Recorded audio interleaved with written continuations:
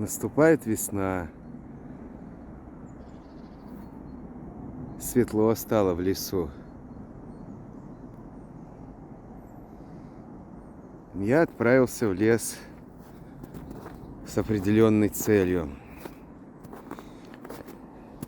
В прошлый раз я показывал вам, дорогие друзья, пилы и топоры. И среди них был один топорик, очень старинный топорик, у которого не было рукоятки. Я его проверил, испробовал на пеньке, и выяснилось, что работает он, в общем-то, неплохо. Вот сейчас я отправляюсь в лес, чтобы его проверить, а заодно попытаться добыть дерево для поделок. Например, дуб.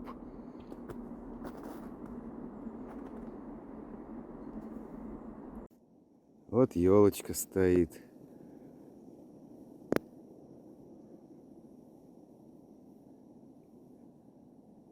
А небо синее-синее. Давно такого не было. Отвык я уже от такого неба. Все серая хмарь. Серая хмарь. А вот, кстати, кап на березе. Не знаю, спилить его, не спилить. Можно, конечно, попробовать. Но сейчас у нас цель другая. Это дуб. Дуб. Вон оттуда я пришел.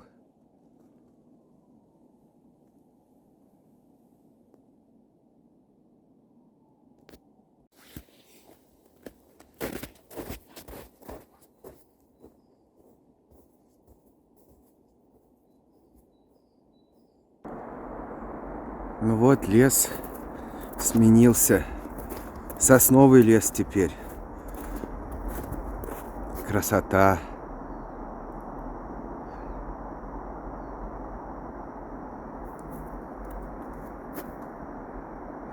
Но сосны мне особо-то не интересны. Я иду за дубом. О, какие тут. Хоть пили, хоть руби. Но моя цель другая. Это заготовить дубовую ветку. Я расскажу про тот дуб, который использовал для рукоятки этого топорика. В 2004 году заготовил я этот дуб. И вот 19 лет он сох. За это время, конечно, он просох очень хорошо. Очень просох, плотный стал. И вот я из него делаю рукоятки различные. Вот, в частности, для топорика, для ножей, всякие поделки. Ну, может быть, еще через 19 лет та ветка, которую я заготовлю сегодня, пойдет для чего-то. А вот, кстати, и дуб. Но он сухой. Сухой дуб не годится. Отпиливать надо ветку от живого дуба. Тут уж ничего не поделаешь. Красота. Весна приходит. Ждешь ее. А она раз пришла, потом лето, а потом все снова. Вот такая жизнь. Вот приближаюсь уже к плантации дубовой.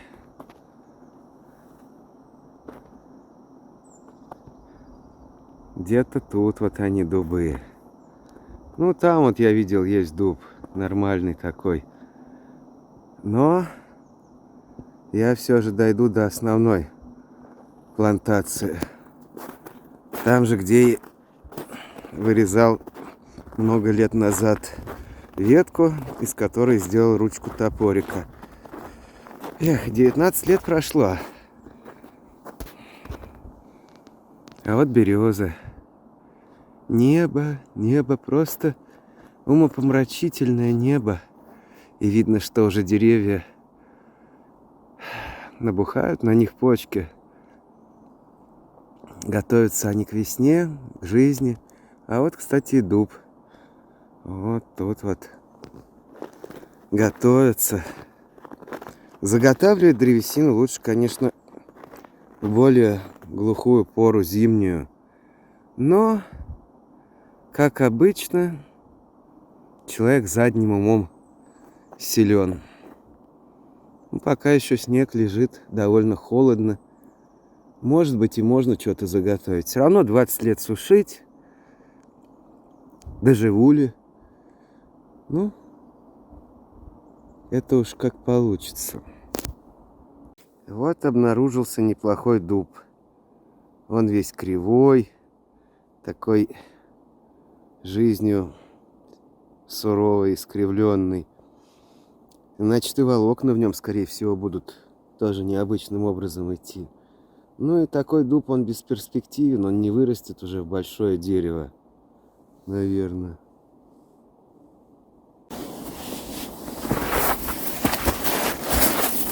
Вот, собственно, и топорик. Вот теперь он такой.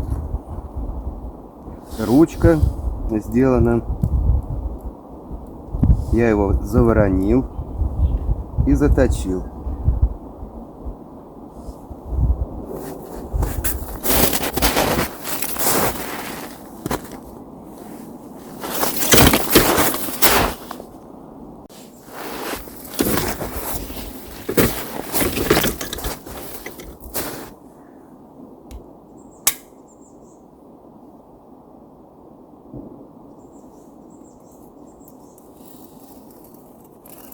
Ну что ж, дерево, прости меня, не надо заготовить заготовку.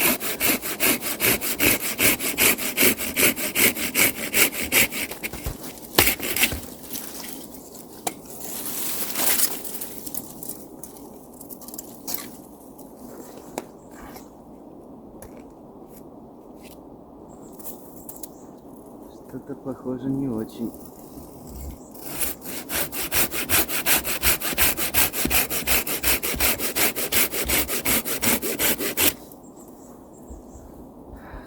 Такой вот срез. Такое впечатление, что внутри он немножко того. Да, этот дуб, пожалуй, не подойдет. Срежу еще.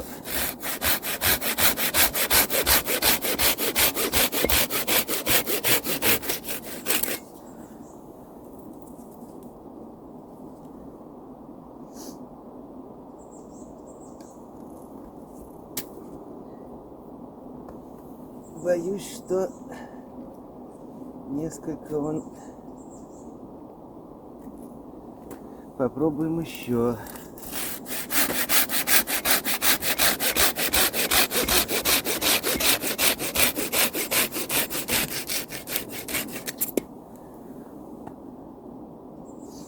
Да.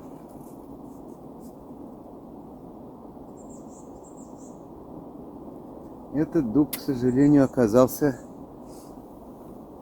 бракованный. Надо искать еще. Непростое дело. Где его найти?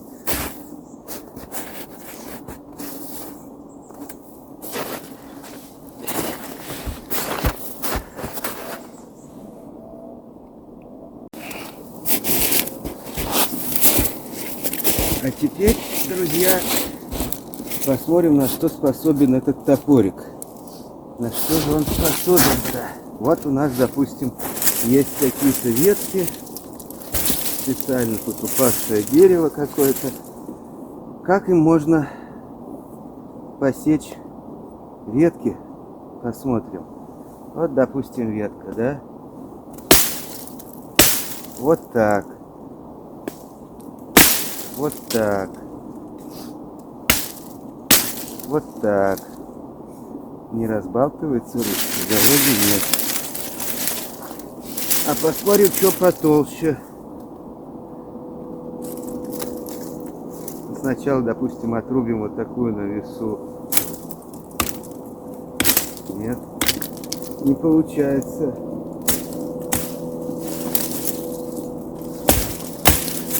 Вот так. Вот, допустим, стволик. Толщиной он сантиметра 2. Посмотрим, можно ли его перерубить.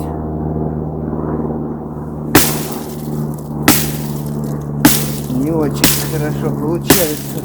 Он проскальзывает. Вот почему эта ната японская, она односторонне заточена. То есть надо быть очень осторожным. Можно перерубить стволик.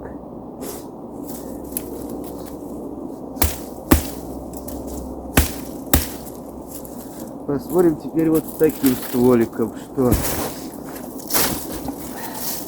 он в лучшем как бы положении находится. Вот это.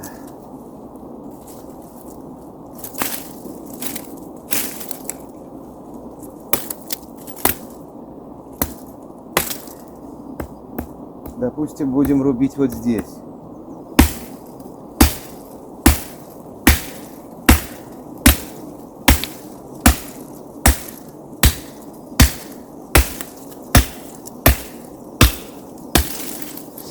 Ну, как вы видите, в принципе, такой вот толщины за несколько секунд не разбалтывается, ничего не отходит. Нормально. То есть такие вот ветки срубать очень даже возможно этим топором. Уж без рукоятки, конечно, это было бы сделать невозможно. Но теперь я понял, в чем прикол наты этой, у которой вот эта часть плоская, а эта заостренная. Она при рубке вот так вот не соскакивает. То есть в следующий раз, если я буду делать топор, сделаю в стиле ната. Здесь плоская, а здесь спуск под правую руку. Такой топор, он... О, как он входит в дерево. И это я вообще без особых усилий. Вот так вот. То есть топор мощный. Точил я его так не очень сильно. Ну, близко к тому, чтобы брить волосы. Не идеально, как бы, но близко. Потом я его уже наточу получше. Это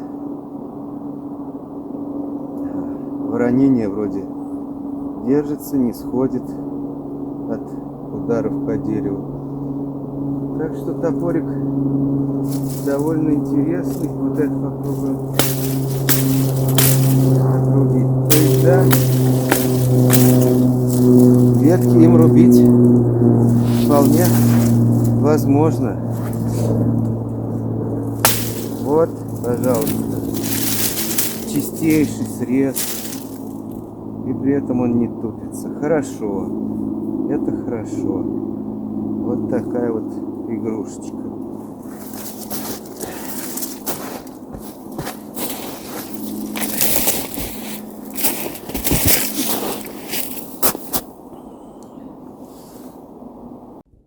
Вот лесное озеро. Еще лежит лед. Ну, с дубом что-то не заладилось. Нашел я дуб, вроде как подходящий, а он весь гнилой. Пойду еще что-нибудь поищу, но не найду, что делать. Значит, такая судьба. А вот как раз задача для топорика. Устроить тут место, чтобы попить чай.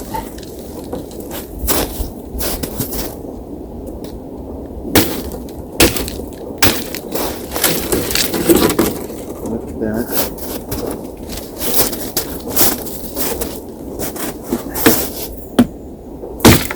Ой, сухая. Сухая. Тут особо рубить-то не пришлось. Буду сейчас чай пить.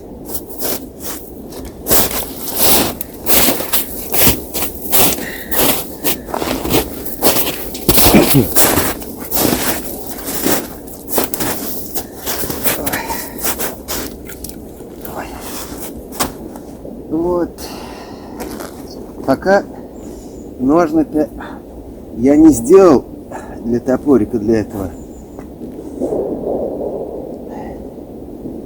Поэтому заворачиваю его в тряпочку.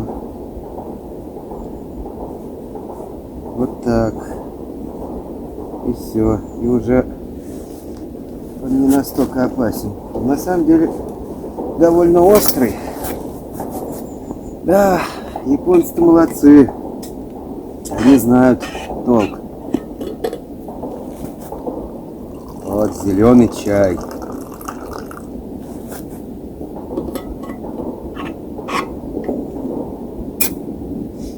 Эх.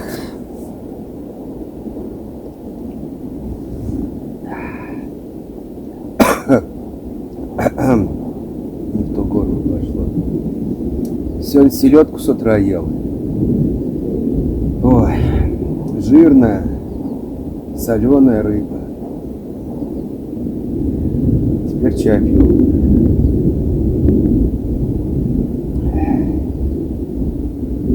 Хорошо. Вот нам, простым людям, теперь такое удовольствие. Селедка, чай. Ну, в принципе, это нормально.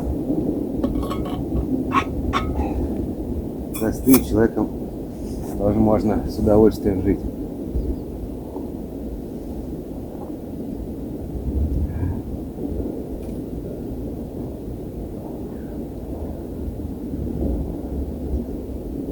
Хорошо. Но дуб я не добыл. Что сделаешь? Есть там, конечно, деревья, но не хочется пилить, жалко их. Если ветка какая-нибудь, ну или вот такой вот кривой, но гнилой мне тоже ни к чему. Но зато топорик вот проверил. Вот для таких дел такое вот что-то срубить, отрубить 2 секунды. Но, конечно, заточка вот эта вот. Все это постигается только на опыте. Допустим, может, им ветки удобнее рубить таким односторонне заточенным, а, скажем, раскалывать пень, может, им хуже. Кто его знает. Надо иметь и то, и сравнить.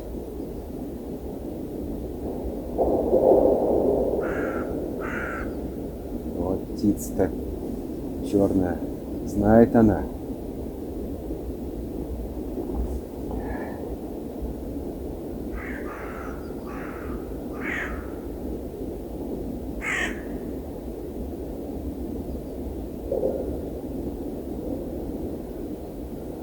Иногда тишина такая устанавливается, хорошо. А то бах, то тарара. Не люблю я шумы, звуки всякие, суету.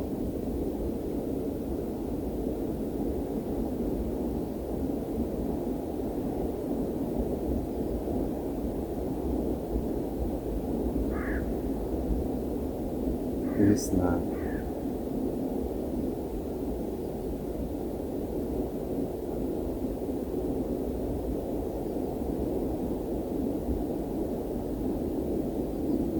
Шел сейчас в лес и думал, а сколько еще осталось? Вот так вот. Встречать весну, радоваться лету, зиме. Неизвестно. Но не очень много, явно меньше, чем уже прожил.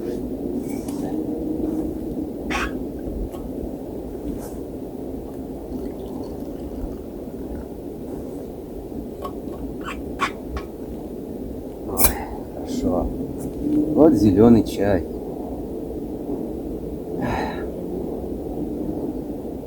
Пью его каждый день. С утра заварю себе термос. Там где-то литр. Ну, беру с собой. И в течение дня пью.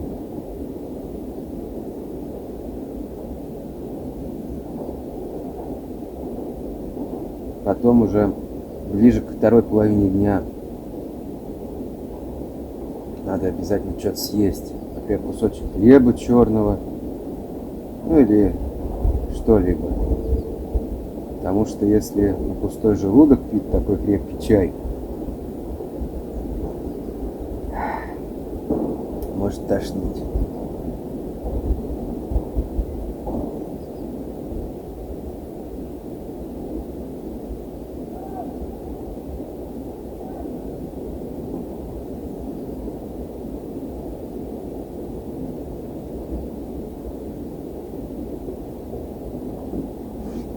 Ну ладно. Попил чаек. Ой, подкрепился, так сказать. Можно дальше двигаться.